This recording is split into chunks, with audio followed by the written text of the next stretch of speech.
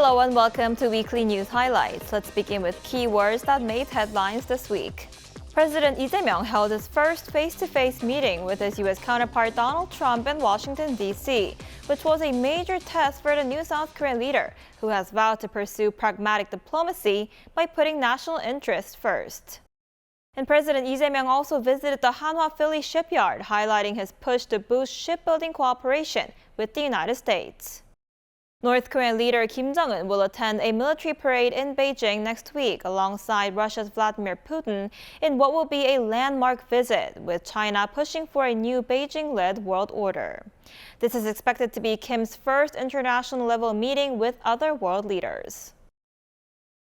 South Korea's President Lee Jae-myung met with his U.S. counterpart Donald Trump in Washington, D.C. for the first time since becoming leader on Monday.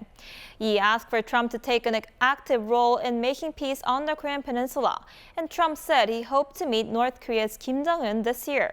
Our presidential office correspondent Yoon Jung-min reports. Much of the focus at the Oval Office meeting was on resuming dialogue with North Korea, as President Lee Jae-myung met his U.S. counterpart, Donald Trump, on Monday. 얼마 전에 김여정이 미국과 저를 비난하는 발언을 할 때도 대통령과 김정은 위원장의 특별한 관계에 대해서는 의심하지 않는다 이런 표현을 했습니다. 기다리고 있다는 뜻으로 보여졌습니다. 한반도의 평화의 새 길을 꼭 열어주시기 바랍니다. I will do that and we'll have talks. He'd like to meet with me. Saying that he wished to see a Trump Tower being constructed in North Korea and play golf there. He asked Trump to play a peacemaker role for peace on the Korean peninsula, and Trump expressed his hope of meeting Kim Jong-un this year. The American leader touted his personal ties with Kim, saying they get along really well. When asked whether he will be attending the APEC leaders meeting later this year in Korea, he said he expects to visit Korea soon for a trade meeting.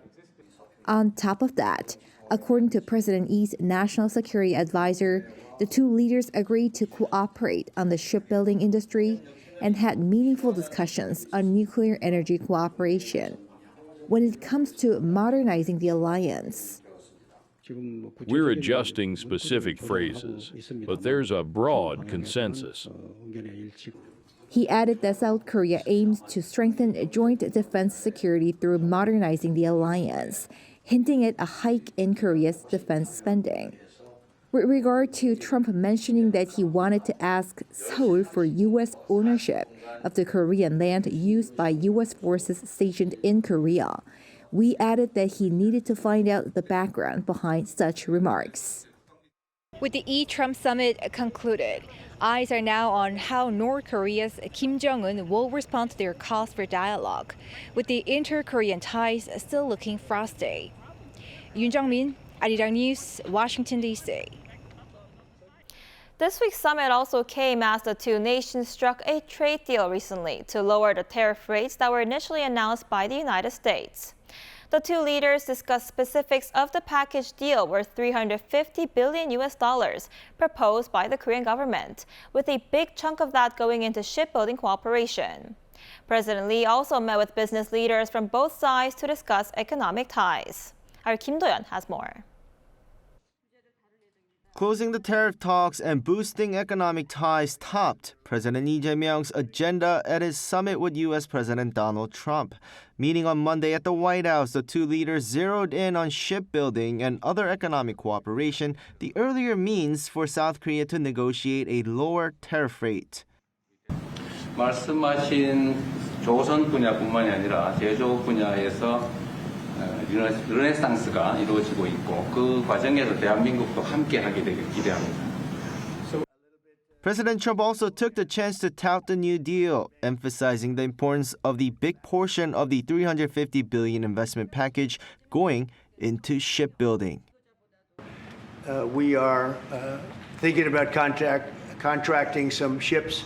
They build them very well in South Korea. They're also thinking about coming to our country with some shipyards to start us on the process of building ships again. Do you know what world? The summit was also followed by a business roundtable in Washington, D.C. More than 30 business heavyweights from both countries, which are already working together or seeking to do so came together. This includes Samsung Electronics chief Lee Jae-yong and NVIDIA's Jensen Huang, among others. There, President Lee called the business leaders the, quote, backbone of the alliance.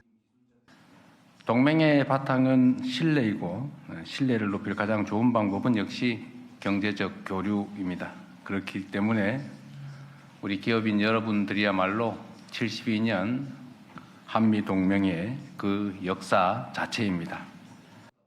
He also highlighted shipbuilding again, vowing to press ahead with the Make America Shipbuilding Great Again project announced last month.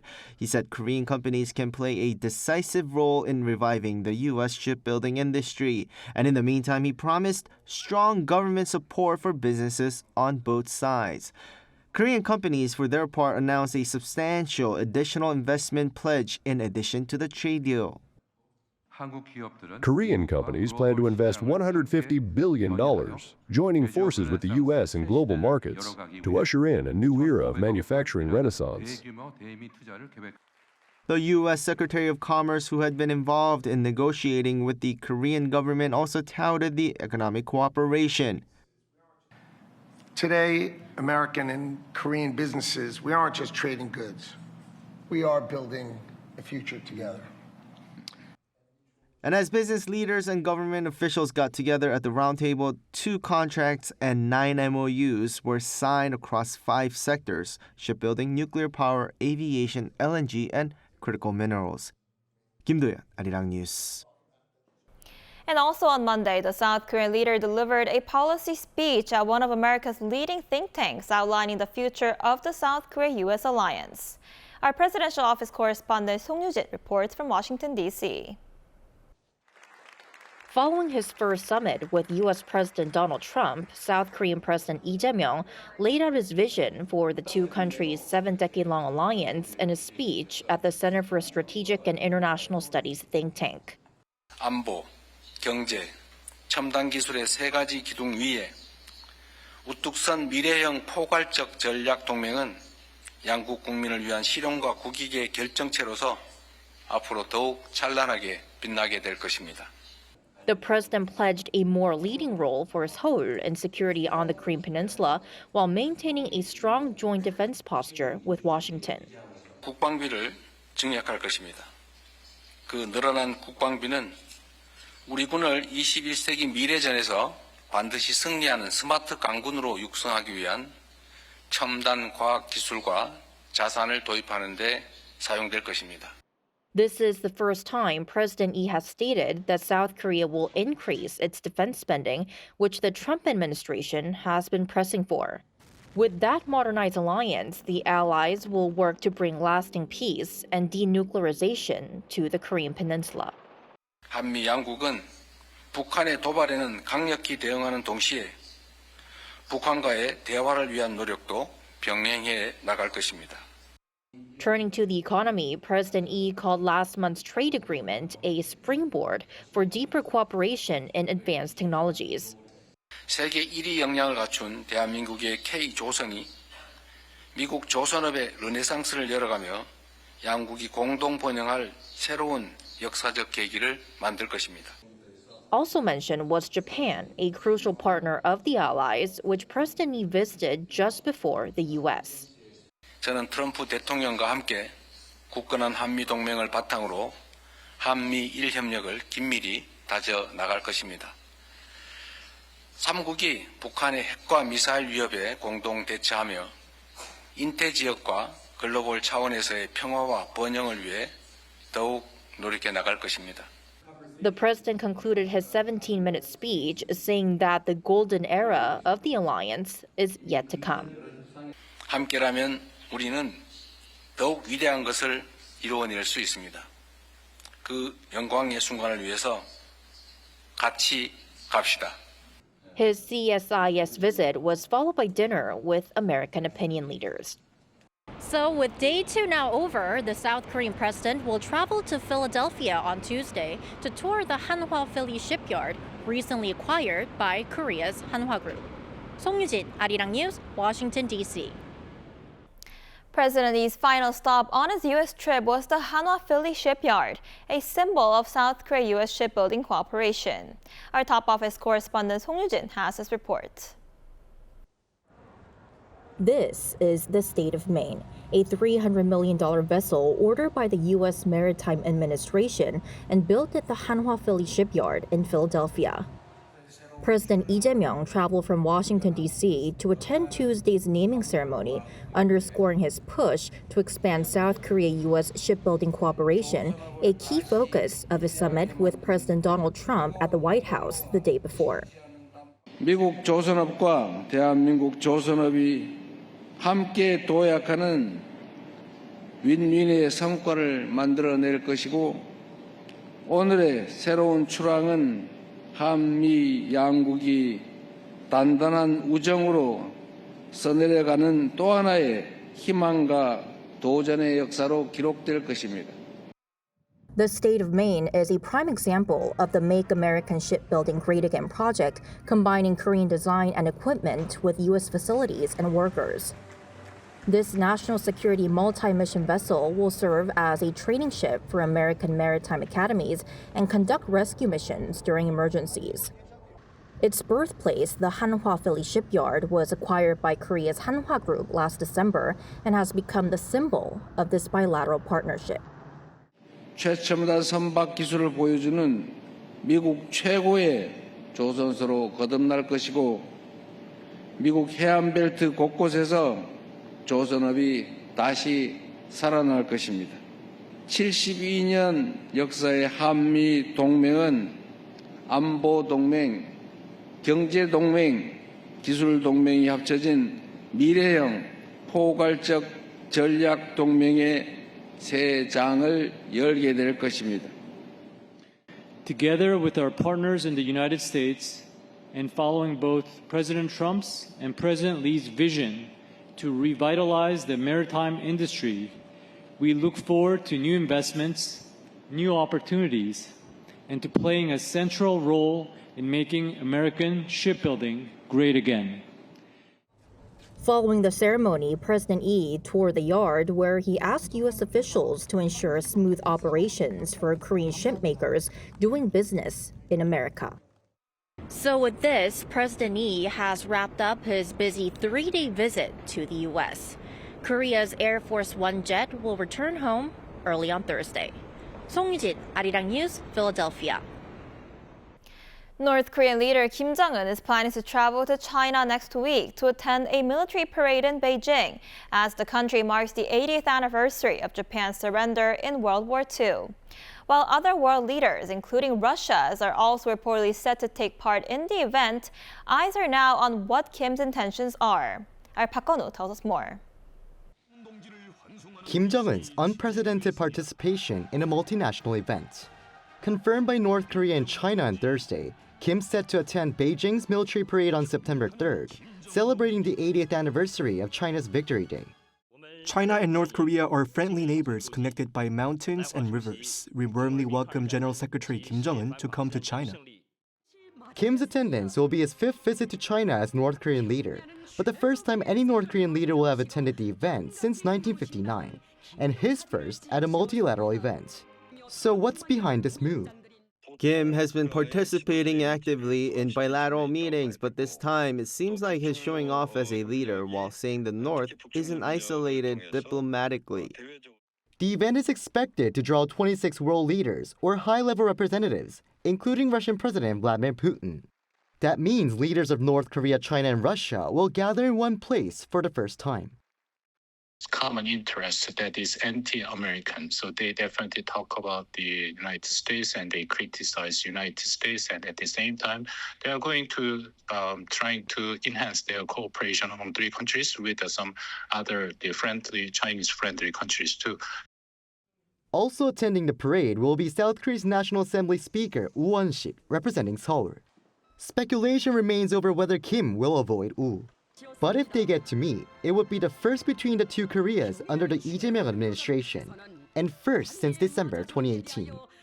Park Gun-woo, Arirang News.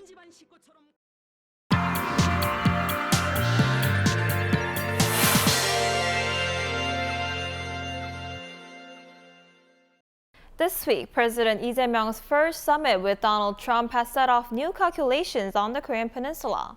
From the prospect of dialogue with Pyongyang to Seoul's delicate balancing of relations with Beijing, the outcome now feeds directly into preparations for the APEC leaders meeting in South Korea's Gyeongju.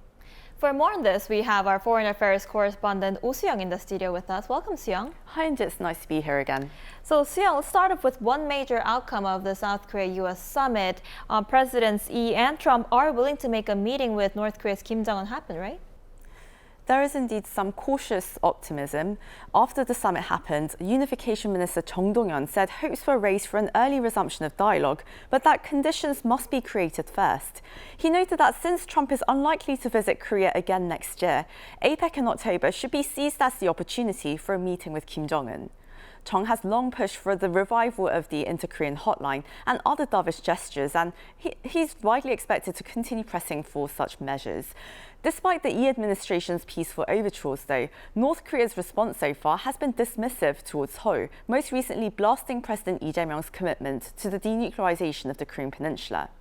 However, Seoul officials like Ri Sung-lak, they have National Security Advisor Ri Sung-lak, that is, have admitted that inter-Korean dialogue may take some time and that it's constructive not to set expectations too high. However, remarks over the past weeks by Pyongyang senior official Kim Yo-jong do indicate that the regime is not entirely close to dialogue with the United States. And Soo-young, Kim Jong-un's attendance at China's Victory Day military parade is highly interesting in that regard. But first, let's talk about the significance. Sure, Angie. So if North Korean leader Kim Jong-un does attend the Victory Day parade next Wednesday, then that's going to be his first meeting with Chinese President Xi Jinping since June 2019 and will constitute the 6th North Korea-China summit. So that does rather make it quite significant. And some observers say further that it raises the question of whether he might become more active in diplomacy like his grandfather Kim Il-sung. Until now, Kim Jong-un has never taken part in a multilateral summit, as he appears rather disinclined to share the spotlight with other world leaders. While the V-Day parade isn't exactly a multilateral event, but a Chinese celebration, it could, of course, present Kim Jong-un the chance to hold a flurry of meetings. He's likely to engage with, obviously, Xi Jinping and also Russian leader Vladimir Putin and perhaps even Vietnamese President Long Quang. The North Korean leader may even form a three-way meeting with Xi and Putin in a show of force against the trilateral cooperation between South Korea, the US and Japan.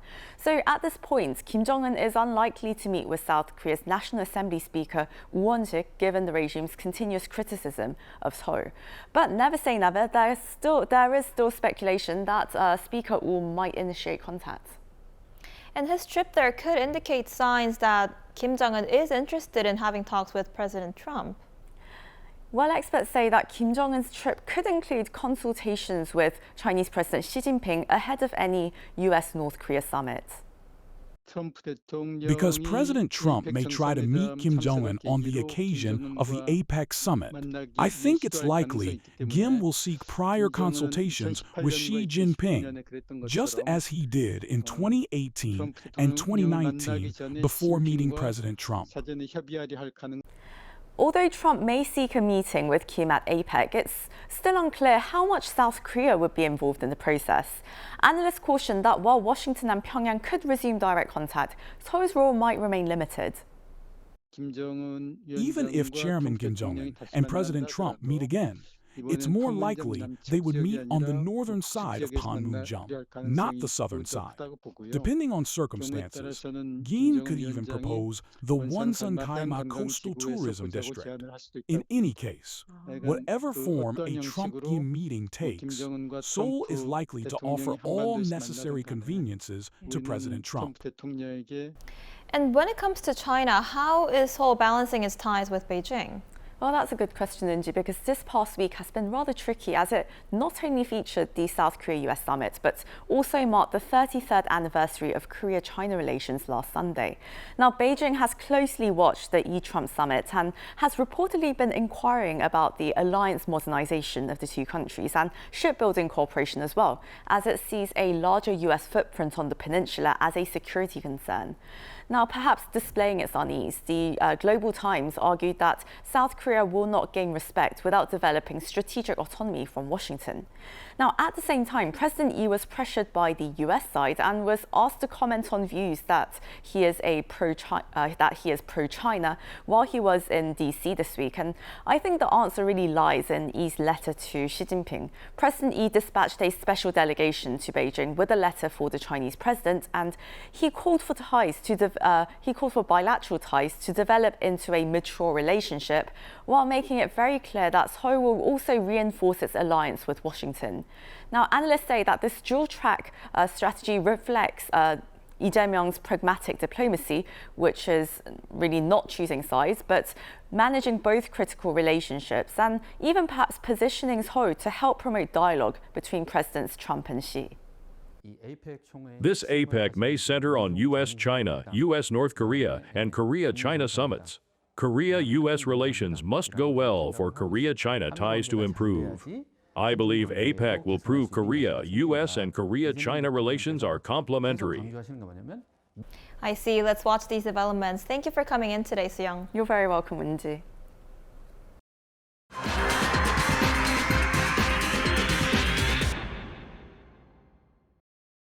The Bank of Korea has decided to keep their interest rates frozen while raising their growth forecast for the local economy this year.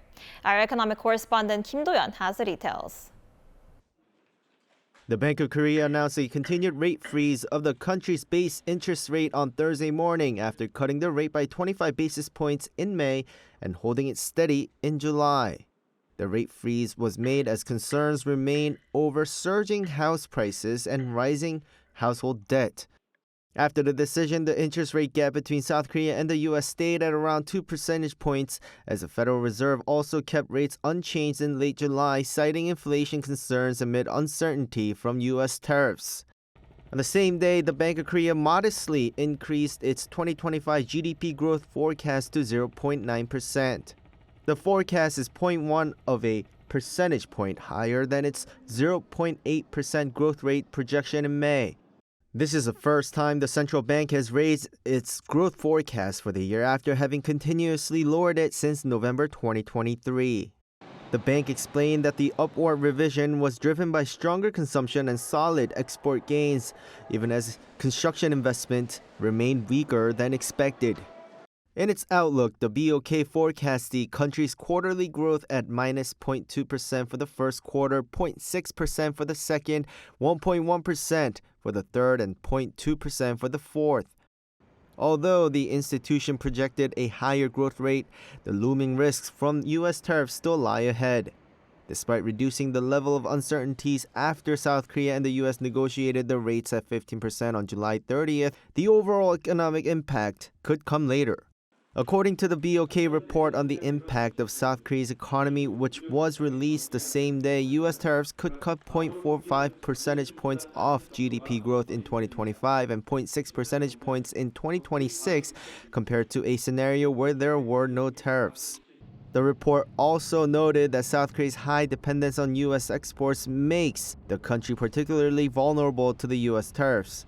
It said while initial impacts have been muted by delays in cost absorption by firms, economic conditions could get worse, with global manufacturing orders already contracting.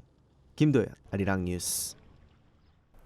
With this year's APEC meeting just 2 months away, the host city of Gyeongju is now gearing up to welcome delegations from overseas. And earlier this week, a preview of the meeting took place as culture ministers and representatives gathered in the city. Our culture correspondent Park Go-nu was there. A city alive with millennia of history, Gyeongju is set to light up APEC 2025 with its vibrant cultural scene. From ancient treasures to modern innovations, the city prepares to showcase how culture fuels creativity and drives economic growth. We're preparing a variety of cultural programs so that everyone can enjoy Korea's past and present, showcasing the power of our culture, especially as the event takes place in Gyeongju. One highlight is a special exhibition at the Gyeongju National Museum, featuring artifacts from the Silla dynasty, including 6 golden crowns, all displayed together for the first time. The museum will also hold the APEC banquet. The banquet hall in the middle court of the Gyeongju National Museum is now entering its final stage of construction. Built in a traditional style using wood, this venue will soon be ready to welcome and fascinate APEC leaders. Work will be completed by September so that it can host events including K-pop and traditional performances during APEC. The museum's merchandise has also been selling out, especially after the global hit K-pop Demon Hunters. Inspired by Gyeongju's heritage, these goods are especially popular with foreign visitors. The museum has already welcomed 1 million visitors this year, including many people from abroad. Compared to the past, when most visitors were from China or Japan, now even Europeans are visiting. Many purchase goods after learning the cultural significance behind them. Earlier this week, Gyeongju hosted the first ever high-level dialogue on culture and creative industries under APEC, attracting cultural representatives who seemed already impressed by the city's richness. The host is going to impress me much more with the cultural sites that you have, your temples, your ancestral heritage, in order to also export talent. It would be super valid and super interesting to have, for example, cross-business expectations, synergies, cross-cultural ideas. With expectations high, Gyeongju continues preparing to welcome the delegations when they return in late October. A city where brilliant ancient history and culture will still alive in. I prefer to mention it as an ancient future city, embracing digital innovation and creative industry to pave the way where the past and the future move forward together. Gyeongju officials added that more efforts would be made to ensure APEC 2025 is also a success. Park Geon-woo, Arirang News, Gyeongju. That's all we have for this edition of Weekly News Highlights. Thank you for watching.